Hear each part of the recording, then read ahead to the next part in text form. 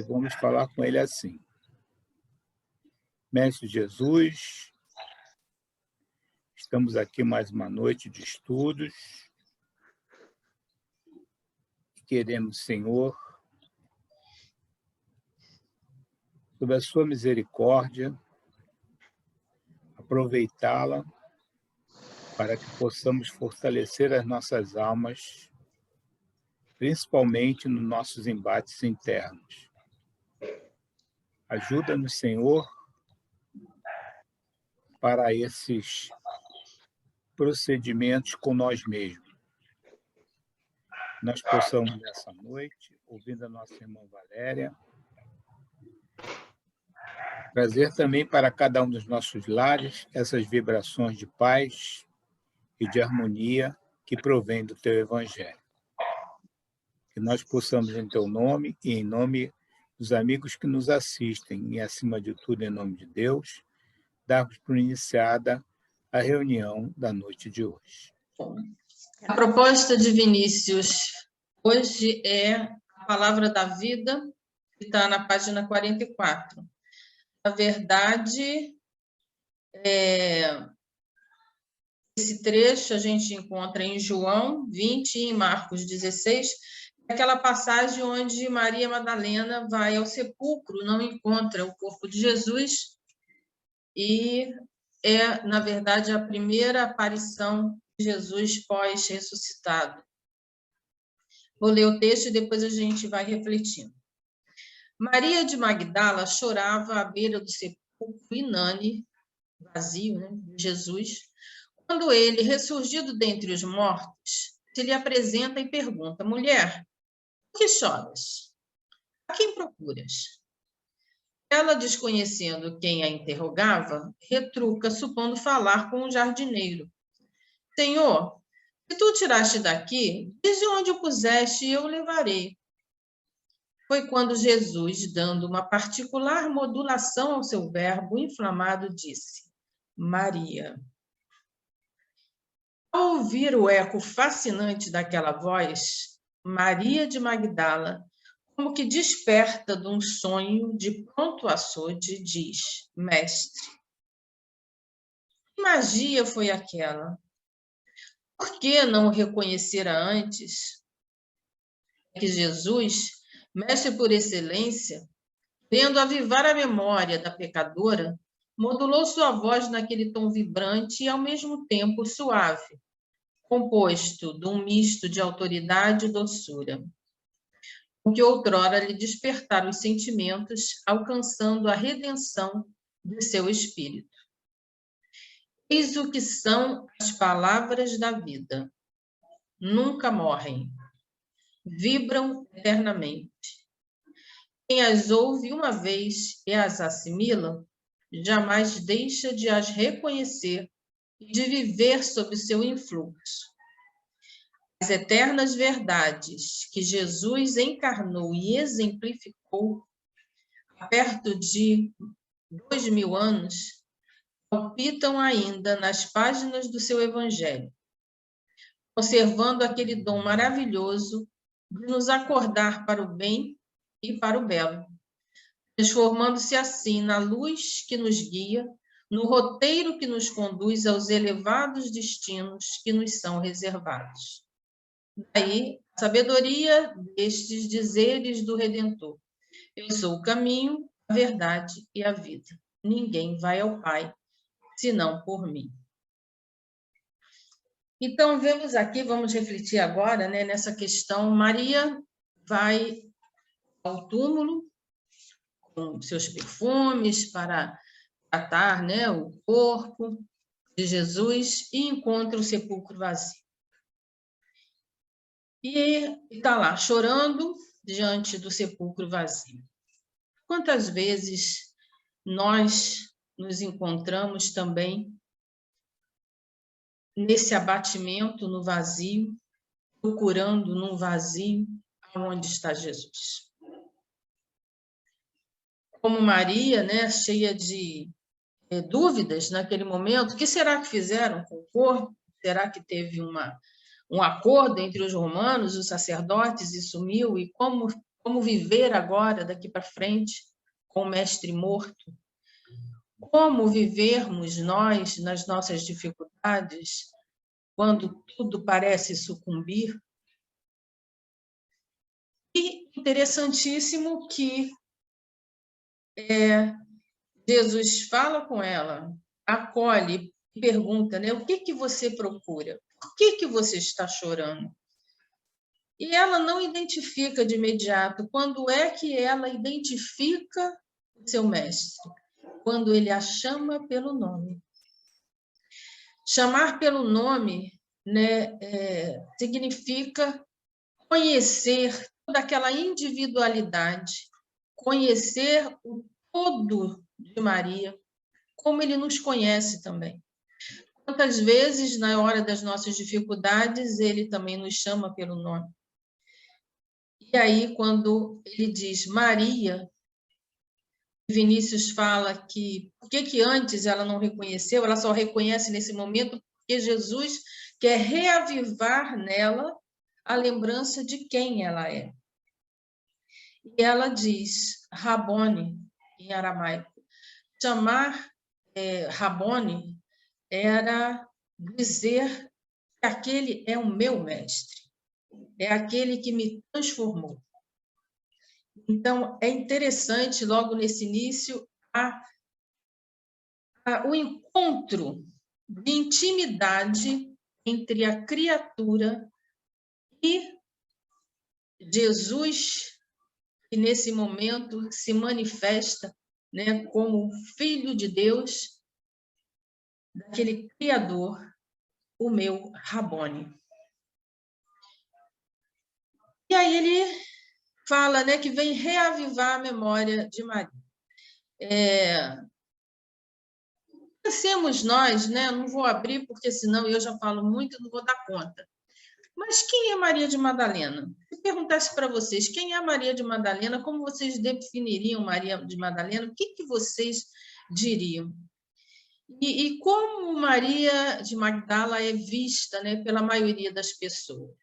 Há uma certa confusão em relação a quem foi Maria Madalena.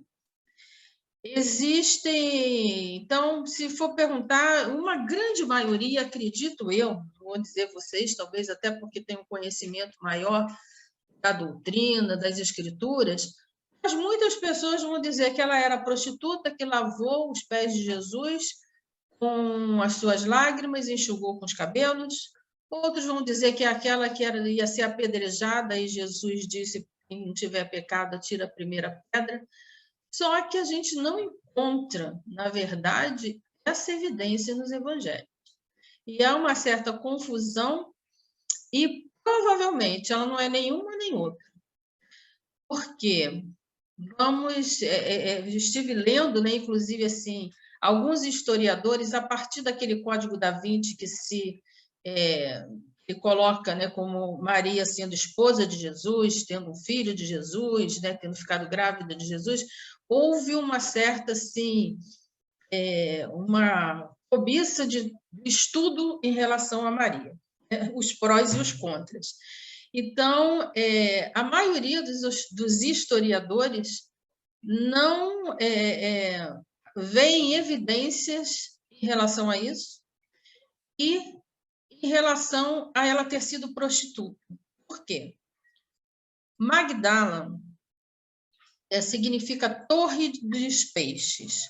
É uma cidade muito importante do Mar da Galileia, naquela época, uma cidade rica, uma cidade altamente atrativa, uma cidade das que mais arrecadava impostos.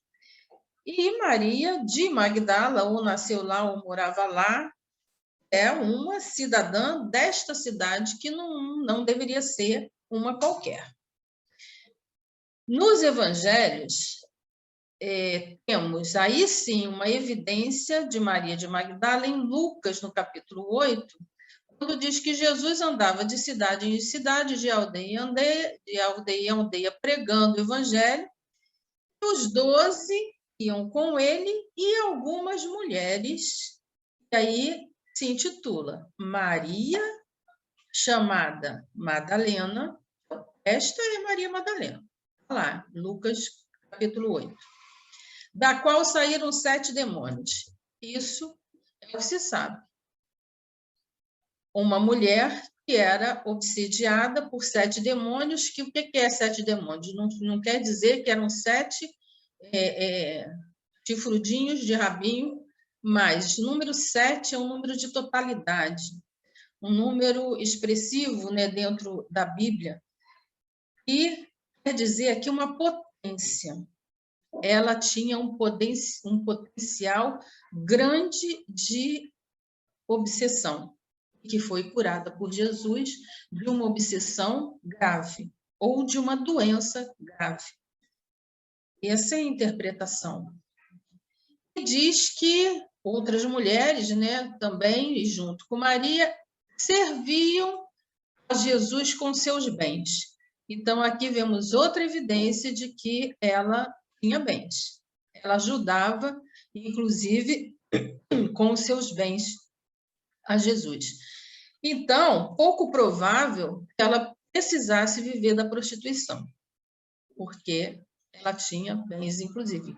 Agora, era alguém que tinha uma alta tendência, talvez até por ser de Magdala mesmo, por essa cidade rica, atrativa, e a sua obsessão, alguém que tinha muita necessidade de amar e muita atração pelas coisas materiais. Outro relato se diz que ela esteve com Maria, mãe de Jesus, ao pé da cruz. E ali está Maria Magdala, ao pé da cruz, em Marcos 15. E nesse relato que eu acabei de ler, né, do Vinícius, no João 20, em Marcos também, dizendo que ela é a primeira pessoa, inclusive, para quem Jesus aparece. Isso é o que a gente tem de oficial nos evangelhos. Agora vamos ver o que diz a espiritualidade através da mediunidade de Francisco Xavier. A gente tem 2 grandes relatos que eu trago aqui, né? Tem outros até, mas não dá para trazer tudo. Eu acho que esses 2, primeiro, Humberto de Campos tem no livro Boa Nova um capítulo inteiro sobre Maria de Magdala. E aí a espiritualidade agora nos acrescenta aquilo que os evangelhos não deram conta ou não deixaram passar, né? Porque a gente tem que admitir que existia e ainda existe uma sociedade altamente machista que perceber e dar autenticidade a uma figura feminina de grande porte como Maria Madalena é muito difícil. Então, a tendência realmente é abafar e denegrir a sua imagem. Mas a espiritualidade vem nos ajudar aqui, né, e esclarecer. O texto de Humberto de Campos também não vou ler todo, porque senão não damos conta, mas capítulo 20, muitos de vocês devem conhecer. Mas olha que interessante, ele vai fazendo toda uma descrição do contato de Maria com Jesus, que é isso, né, que o texto de Vinícius diz, na hora que Jesus fala Maria, ele quer reavivar em Maria o quê? Quem você é?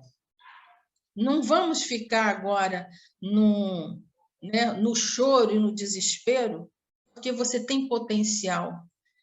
Você é uma grande apóstola, você tem uma grande missão e vamos seguir em frente, porque eu estou vivo.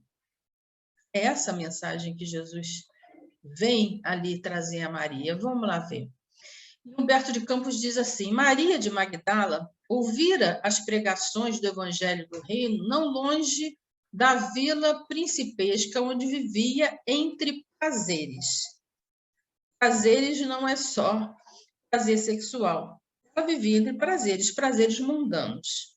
Humberto não coloca exatamente quais são os prazeres. Em companhia de patrícios romanos e tornara-se de admiração profunda pelo Messias. Que novo amor era aquele apregoado aos pescadores, singelos por lábios tão divinos?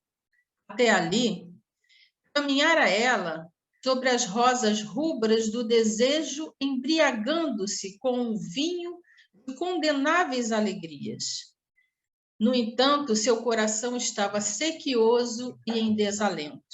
Então, o que Humberto traz aqui é que Maria vivia dos prazeres da carne, das más tendências que trazemos, né? Isso está no Livro dos Espíritos, nós vemos com essas tendências maléficas, e ela estava ali, nessas tendências todas, né? Mas existia já nela o quê? Um desalento, a procura de algo. Diz que era jovem e formosa, e que era escrava da sua beleza, dos caprichos de mulher, vaidosa, né? Dessa vaidade, se achar, né? Muito, mas seu espírito tinha fome de amor. E aí ela encontra o Nazareno nas suas pregações. O profeta planta na sua alma novos pensamentos, diz Humberto de Campos. Depois que Maria ouviu a palavra de Jesus, observou as facilidades que ela tinha da vida, que essas facilidades que traziam da vida, lhe traziam agora um tédio mortal ao espírito sensível.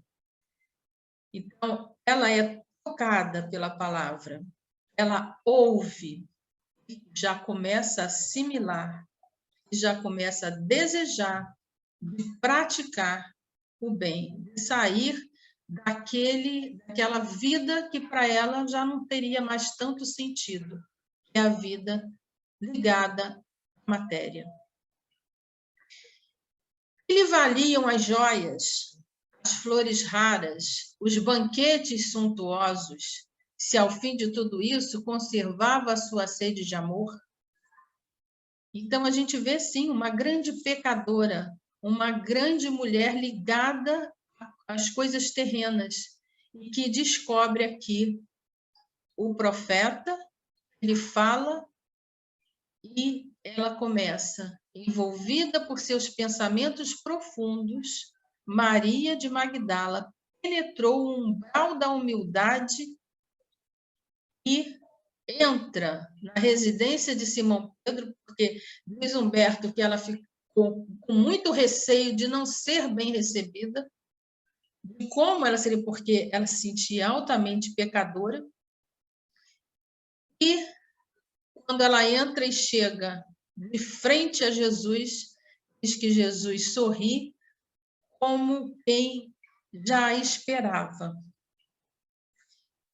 E ela diz: Senhor, ouvi a vossa voz consoladora e venho ao vosso encontro.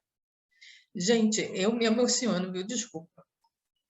É interessante assim ver o toque profundo que existe nessa criatura, nessa mulher que muda a sua vida a partir desse encontro. Né? Acho que isso é de uma profundidade que talvez a gente nem consiga entender. Né? Humberto tenta colocar para a gente, né? E diz que as primeiras lágrimas lhe borbulharam os olhos enquanto Jesus a contemplava com bondade infinita. Ela, porém, continuou: ouvi o vosso amoroso convite ao Evangelho, Senhor. Desejava ser das vossas ovelhas, mas será que Deus me aceitaria? Olha a humildade, né?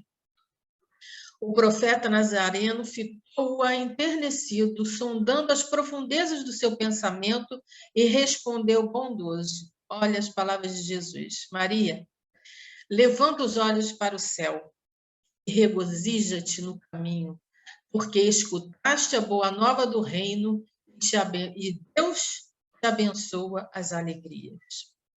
Acaso poderia pensar que alguém no mundo estivesse condenado ao pecado eternamente? Onde então estaria o amor do nosso Pai? Nunca viste a primavera dar flores sobre uma casa em ruínas? As ruínas são as criaturas humanas, porém as flores são as esperanças de Deus. Que coisa linda, né, que Humberto traz aqui. Ela diz: Senhor, doravante renunciarei a todos os prazeres transitórios do mundo para adquirir o amor celestial que me ensinastes. Acolherei como filhas as minhas irmãs no sofrimento, Procurarei os infortunados para aliviar-lhes as feridas do coração. Estarei com os aleijados e os leprosos. Jesus diz: vai, Maria, sacrifica-te e ama sempre. Longo é o caminho, difícil a jornada, estreita a porta, mas a fé remove os obstáculos. Nada temas, é preciso crer somente. Humilde sozinha, resistiu a todas as propostas condenáveis que a solicitavam para uma nova queda de sentimentos, mas se manteve firme e foi à frente. Isso é o que Humberto de Campos nos traz, muito mais ainda, inclusive, muito interessante, que ele vai até o desencarne dela, ela já leprosa, né? Cuidando de leprosos, ela fica leprosa também, e é recebida por Jesus quando desencarna. Já pensou, gente? Você desencarnar e dar de cara com Jesus? Tem que ser um espírito muito merecedor. Muito merecedor. Isso é dito por Humberto de Campos. Jesus diz a ela: você passou a porta estreita. Então, Maria de Magdala é uma apóstola que agora vem Emmanuel, né? Emmanuel agora diz algo muito, muito profundo. E até eu lembro que ouvindo um historiador dizendo assim, cara, a audácia só pode ser de Emmanuel para dizer isso. Ele diz, nem eu conseguiria dizer isso, mas olha bem o que ele diz. Por que que Jesus aparece primeiro para Maria? A resposta de Emmanuel. Dos fatos mais significativos do Evangelho, a primeira visita de Jesus na ressurreição é daqueles que convidam à meditação substanciosa e acurada. Por que razões profundas deixaria o Divino Mestre tantas figuras mais próximas de sua vida para surgir aos olhos de Madalena em primeiro lugar? Emmanuel está perguntando. Somos naturalmente compelidos a indagar por que não teria aparecido antes a sua mãe, né, os discípulos. Por que para Maria? E olha a resposta de Emmanuel. Dentre os vultos da Boa Nova, ninguém fez tanta violência a si mesmo para seguir o Salvador, como a inesquecível obsediada de Magdala. Essa é a resposta de Emmanuel. Quer dizer, Maria foi aquela que se superou, se civilizou, né, de violência de si mesma. Ela renunciou totalmente, ela mudou totalmente a sua vida para seguir Jesus. E não vou me estender mais, porque senão a gente não tem tempo, né? E terminando aqui o texto, Vinícius, quando diz que essas são as palavras da vida, essas palavras que nos modificam, que nos transformam, e quem ouve e assimila é aquilo que não adianta só ouvir, aprender, entender. É preciso assimilar, é preciso levar para a vida, senão é imperfeição, não é aprendizado. Todo aprendizado intelectual, ele terá seu momento prático para reafirmar o seu aprendizado, ou então não vale de nada. E ele termina dizendo, né, a sabedoria do Redentor, dizendo, eu sou o caminho, a verdade e a vida. Ninguém vai ao Pai senão por mim. Isso está em João 14. Por que Jesus é o caminho? Jesus é a luz que afasta da escuridão, da mentira, da ignorância. Jesus é o caminho, nos tira da ignorância. Ele é a verdade por quê? Porque a verdade é algo incontestável, é algo absoluto, como Jesus. Ele é a vida porque é a imortalidade. Tanto que ele prova isso ressuscitando aqui a Maria. Senhor, Pai de misericórdia, Tu que nos conhece a fundo, conhece as nossas dificuldades, conhece também toda a nossa vontade de bem, toda a nossa sede de amor. Queremos, nesse momento, agradecer pelo seu amor infinito, que constantemente nos chama pelo nome, nos faz lembrar da intimidade que tem conosco a cada vez que nos chama, que nos dá carinho, que nos coloca no colo, que nos carrega. Obrigado, Pai, por sempre nos conduzir. Ajuda-nos a discernir a cada momento o caminho que devemos seguir. Queremos, nesse momento também, te entregar a vida de todos os nossos irmãos, aqueles mais sofredores, aqueles que estão à beira do suicídio, do desespero, os doentes, os familiares que perdem seus entes queridos pela Covid e por outras doenças, os desamparados, os desabrigados. Pedimos por todas as suas criaturas, inclusive os animais, que também estão sofrendo, para que tu conduza cada um segundo a tua vontade, clareando, mostrando a luz e o caminho do bem. E mais uma vez, essa caravana de amor unida, com toda a nossa força, a força de cada um de nós, queremos irradiar para todos os nossos irmãos, dizendo todos juntos, a uma só voz, graças a Deus.